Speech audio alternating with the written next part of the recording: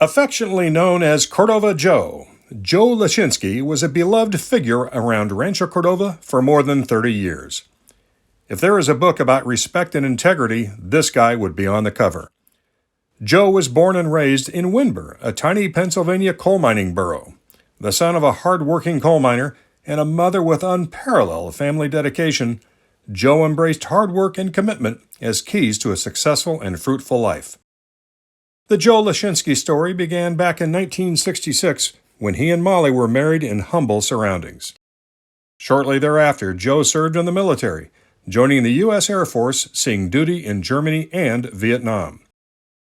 During the Vietnam War, Joe's job was to make sure our aircraft had the proper tire treads for precision landing, an important responsibility.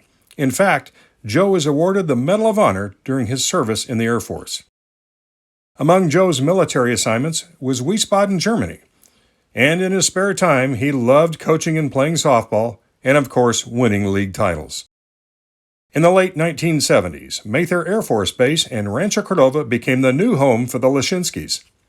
Molly, by the way, carved out a career in her own right as an educator, retiring as principal of Holy Cross Catholic School in West Sacramento.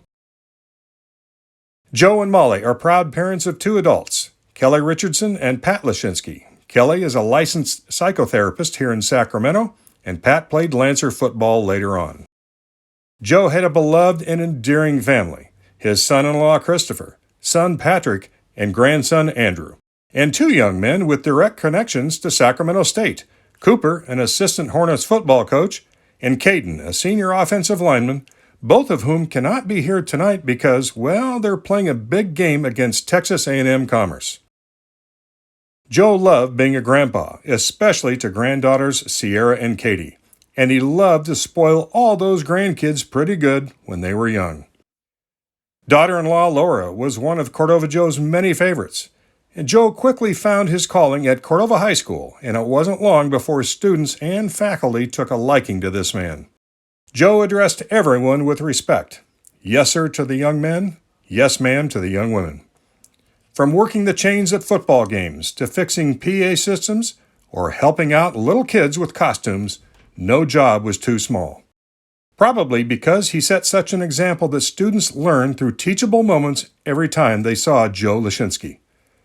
But most of all, well, Joe just loved being around people. And the feeling was mutual. Whether it was hanging out with the Sacramento Kings dance team, being around family, or just good friends like Max and Sally Miller, wherever Joe was the place to be.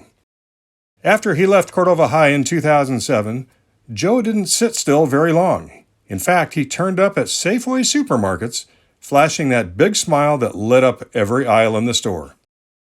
Said Joe to Bill Hicks of the Grapevine, "I look at Cordova students like a proud grandpa. Each year, the freshman class is my challenge, and when they graduate, I'm so proud when I see them walk across that stage.